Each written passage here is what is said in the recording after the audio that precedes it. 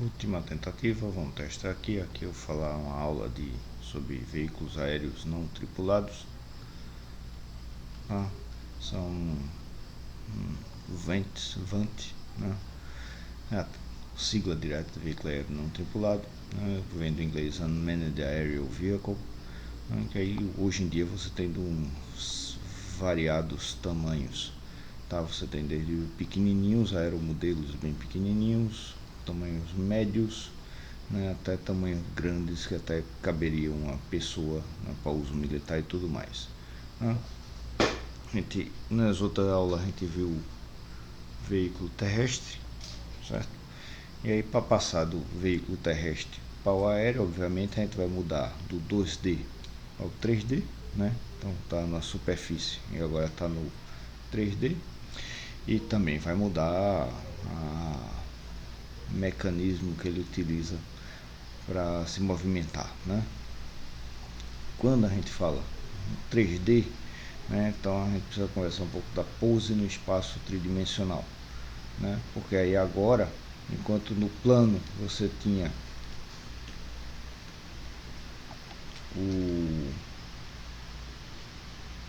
a posição X e Y, e você tinha a rotação em torno do Z, né? Um ângulo aqui vamos chamar de φ, né?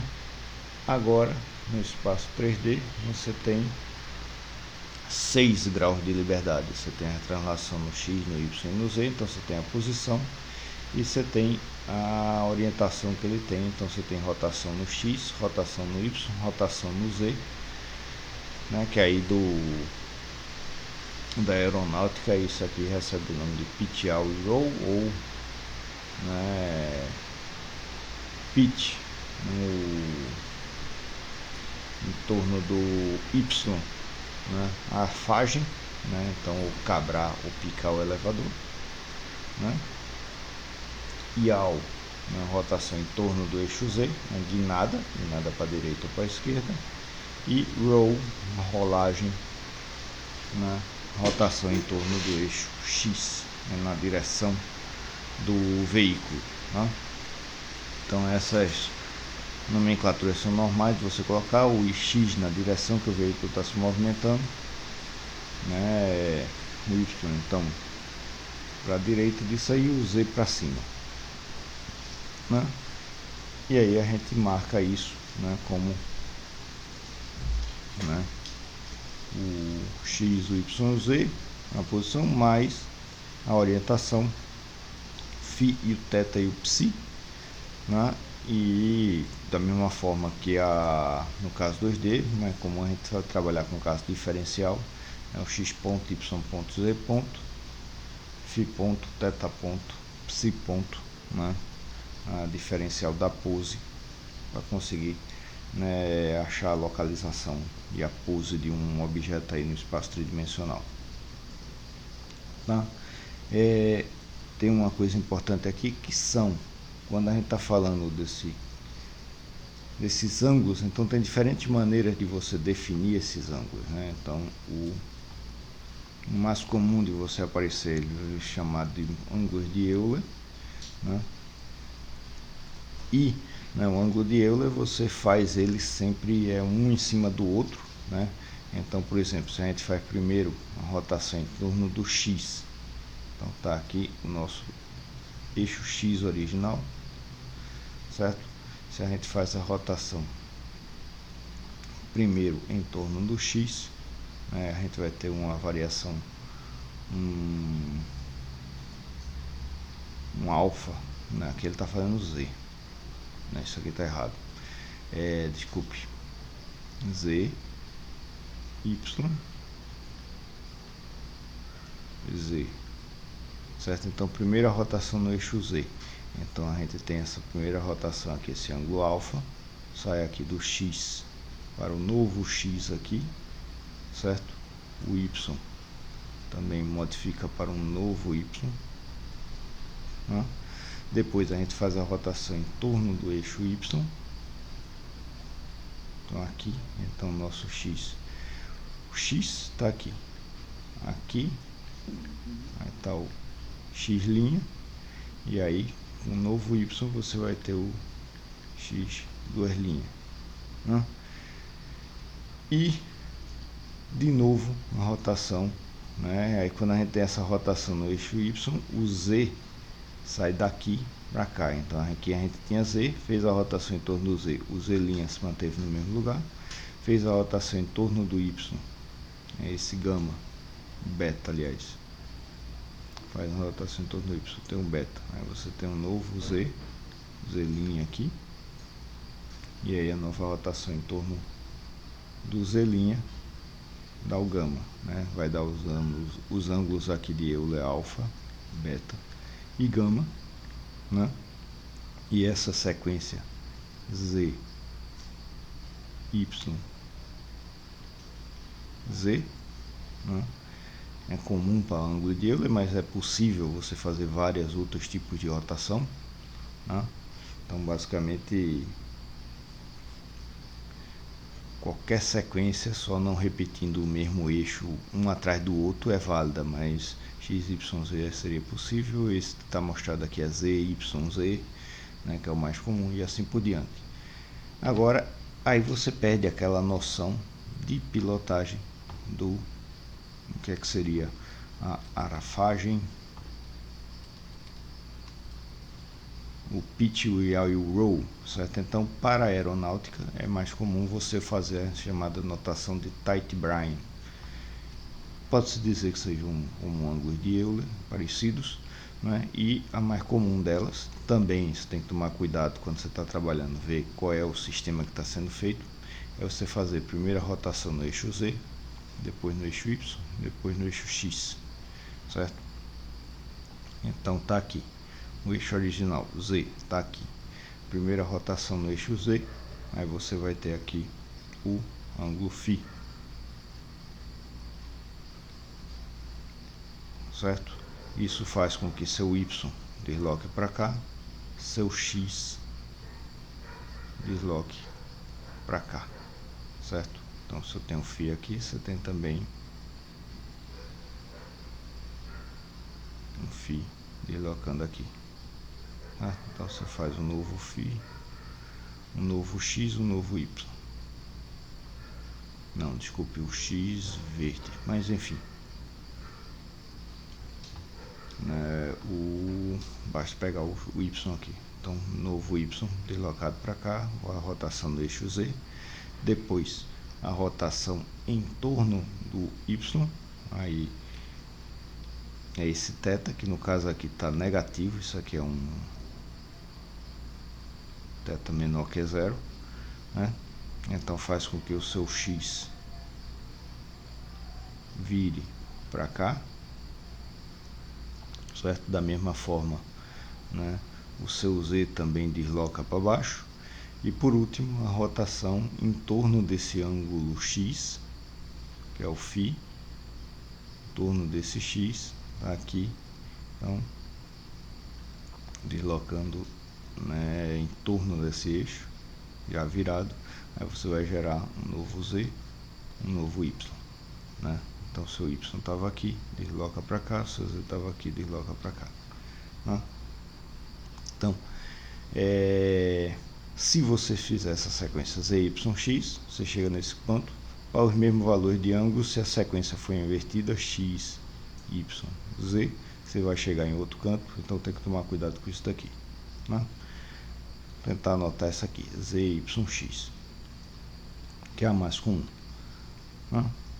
E vamos tentar aplicar aqui, ver agora a questão das forças, né? Para a questão das forças e do mecanismo que faz mudar, vamos pegar um exemplo aqui do quadricóptero, né?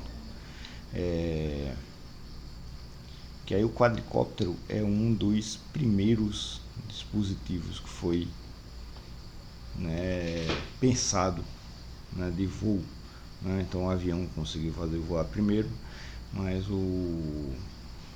já para conseguir a controle já se pensou no quadricóptero já no começo, mas com uma pessoa controlando, mas o controle era muito difícil, então ele não ficava estável de voo,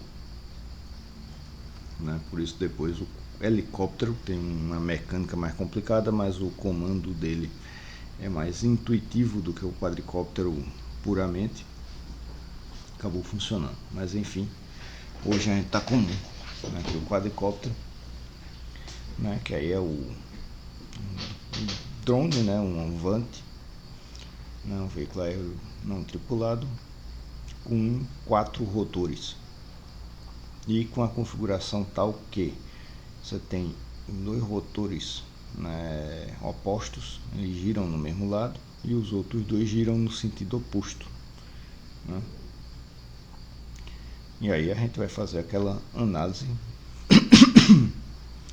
né, de certo modo parecida com o que a gente fez com o veículo terrestre, certo? Então vamos pegar aqui esse quadricóptero, vamos marcar aqui o centro dele e definir aqui o nosso X, o nosso Y. O Z não está mostrado aqui nessa figura, mas seria para cima do quadricóptero. E aí o X é na direção da frente dele, tá? Aí eu estou assumindo que essa bola daqui é a frente dele. Pode ser que a frente dele seja para cá por conta do suporte, faz mais sentido, mas enfim, já coloquei desse jeito aqui, né? E aí a gente pode analisar, né? Se eu quiser fazer, eu tenho 4 hélices e eu tenho 6 graus de liberdade. Eu consigo mexer isso aqui? Não. E outra coisa, se a gente observar o quadricóptero, a gente vai ver que as hélices estão todas fixas, viradas para cima, então elas só vão me dar força de empuxo para cima, para subir o quadricóptero, tá? Então nele eu só vou ter a translação no eixo Z, aparentemente aqui, certo?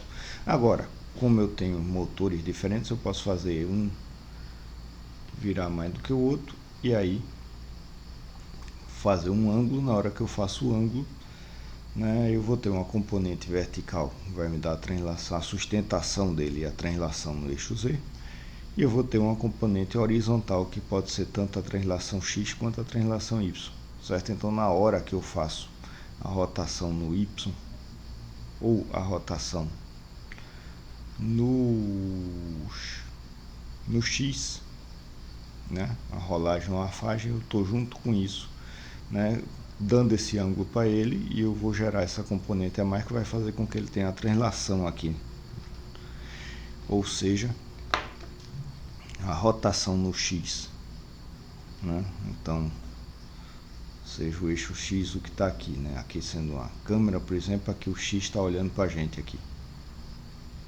o meu eixo X seria aqui, olhando para cá, certo? Então a rotação no eixo X vai me dar uma movimentação no Y, quer dizer, se o X está para cá, tá, o Y está para lá mesmo, beleza, certo? Então rotação no X, aí está relacionado com a translação no Y, um está junto com o outro, né? Eu não vou conseguir controlar um separadamente do outro. Se ele estiver inclinado, ele vai estar transladando também, né? Mesma coisa para a rotação no eixo Y, translação no eixo X, né? Se estiver inclinado no Y, ele vai estar se translocando no X. E aí eu vou ter separadamente translação no eixo Z e rotação no eixo Z. De modo intuitivo, a gente pode ver como é que eu consigo fazer a translação no Z. Então a translação no Z, então, se eu quiser fazer subir para cima, basta eu aumentar todos os motores igualmente aqui, ele vai subir, né? Se eu quiser fazer rotação no X, né? Então rotação em torno do X, regra da mão direita. Estou aqui e quero rodar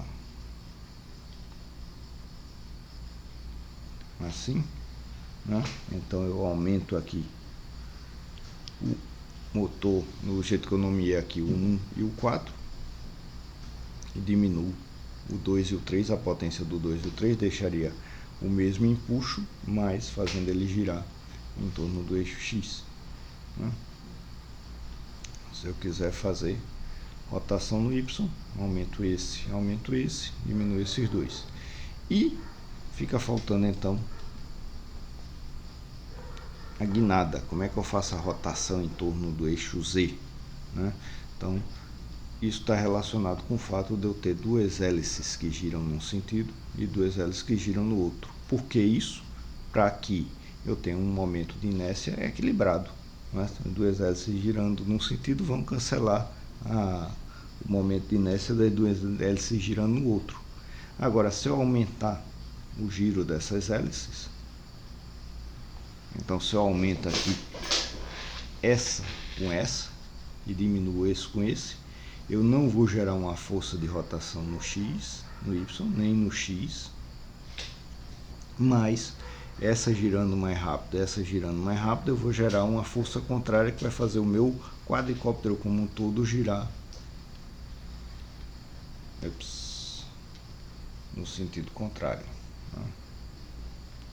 Mesma coisa aqui, essa girando menos rápido nesse sentido também vai fazer essa força, então no total eu vou ter um torque né, para contrabalançar a mudança do momento de inércia aqui das minhas hélices, né, vai fazer isso aqui girar em torno do eixo Z, né? Então esses são os mecanismos para fazer a movimentação desse quadricóptero, né? Botando aqui isso aqui na forma de equação. Então, se por exemplo ali eu defini a direção do quadricóptero, né, como sendo funcional, aqui a frente dele está aqui, aí está o ômega 1, ômega 2, ômega 3 e ômega 4. O ômega seria, usei ômega para servir como a velocidade de rotação aí de cada hélice, né? E aí a força no eixo Z, certo? Então a hélice a gente pode aproximar aqui, ela vai gerar uma força, um empuxo, né, proporcional ao quadrado da sua rotação, certo? Então a força no eixo Z é simplesmente determinada constante da hélice vezes a velocidade de rotação ao quadrado de cada uma delas, ômega 1 mais ômega 2 ao quadrado mais ômega 3 ao quadrado mais ômega 4 ao quadrado, somatório delas. O torque em φ, ou seja, em torno do eixo Z. Então, é justamente as forças as rotações trocadas aqui. Então, aumenta ômega 1, aumenta ômega 3, diminua ômega 2, diminua ômega 4, certo? Então, ômega 1 ao quadrado menos ômega 2 ao quadrado mais ômega 3 ao quadrado menos ômega 3 ao ômega 4 ao quadrado vezes o momento de inércia de cada uma dessas hélices, que vai ser uma constante aí, B, né? Se eu faço agora a rotação em torno do X, né, então seria esse movimento aqui agora, certo? Então a distância que eu vou ter aqui, né, essa aqui vai ser L sobre raiz de 2, considerando que todas as π's estão na mesma distância. Não é obrigatório, mas é mais simples se for assim, certo?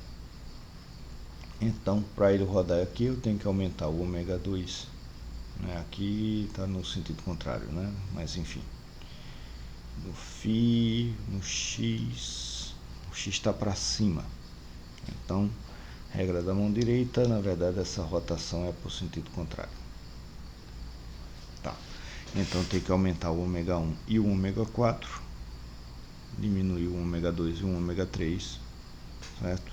E aí a força de cada um deles é K vezes ômega 1 ao quadrado, K vezes ômega 2 ao quadrado, e a força vezes essa distância daqui, L sobre raiz de 2, vai dar o torque justamente em torno do eixo X. Mesma coisa em torno do eixo Y, o θ aqui embaixo, certo? Então as quatro forças que eu vou gerar aqui, né, vão ser a força no eixo Z, no referencial de inércia do próprio robô, o torque né, do φ em torno do eixo Z, o torque em torno do eixo X, o torque em torno do eixo Y. Né? E a movimentação, então, é isso daqui.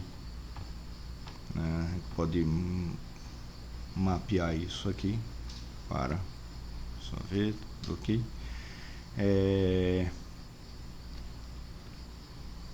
Primeiro, a movimentação linear, né? E a movimentação, a variação da rotação, certo? Então, essas forças, né, a gente vai mapear como M vezes X, né? Aqui está no referencial inercial, normalmente é o que a gente vai querer. Então, aceleração na direção X, na direção Y, na direção Z, no referencial inercial, no mundo. Então, vão ser dadas pela... Então, no Z, tem que contrabalancear a gravidade, mas no referencial do robô, eu sempre vou ter uma força no eixo Z, simplesmente, né? E essa força no eixo Z, ela vai estar multiplicada pela matriz de rotação do meu robô, né? Essa força no eixo Z, se eu estiver inclinado para a direita ou para a esquerda, isso vai dar uma força então no X e no Y, que vai contrabalançar aqui então o termo que ficar no Z, eu tenho que contrabalançar a gravidade, e o que sobrar vai ser a minha aceleração no Z, e os termos no X e no Y vão ser a aceleração no X e no Y, que ela vem justamente da inclinação do meu quadricóptero, né? E aí isso também você tem que contrabalançar o arrasto dele no ar, né? Que aí tem que calcular aí, ou então usar uma estimativa aí desse valor, desse arrasto, né? E na questão da rotação, é simplesmente a questão do momento de inércia. Então, o momento de inércia, de modo geral, vai seguir essa equação daqui, certo? Então, o momento de inércia vezes a variação da rotação do quadricóptero como um todo, mais aí aqui é realmente a inércia dele angular, então a rotação vezes o momento de inércia vezes a rotação, o vezes, né, o produto vetorial. Isso aqui é igual ao torque, né? Então essa é a equação, né, vetorial para o momento de inércia. Se a gente esticar isso aqui, então meu momento de inércia aqui, a gente vai supor que ele vai variar, ele é linear, então o momento de inércia só no eixo X, no eixo Y e no eixo Z. E se o quadricóptero tiver aquelas hastes finas o suficiente, leves o suficiente, com motores na ponta, talvez algum peso lá no centro dele, então dá para aproximar a matriz do centro de inércia dessa forma. Quase todo quadricóptero você consegue,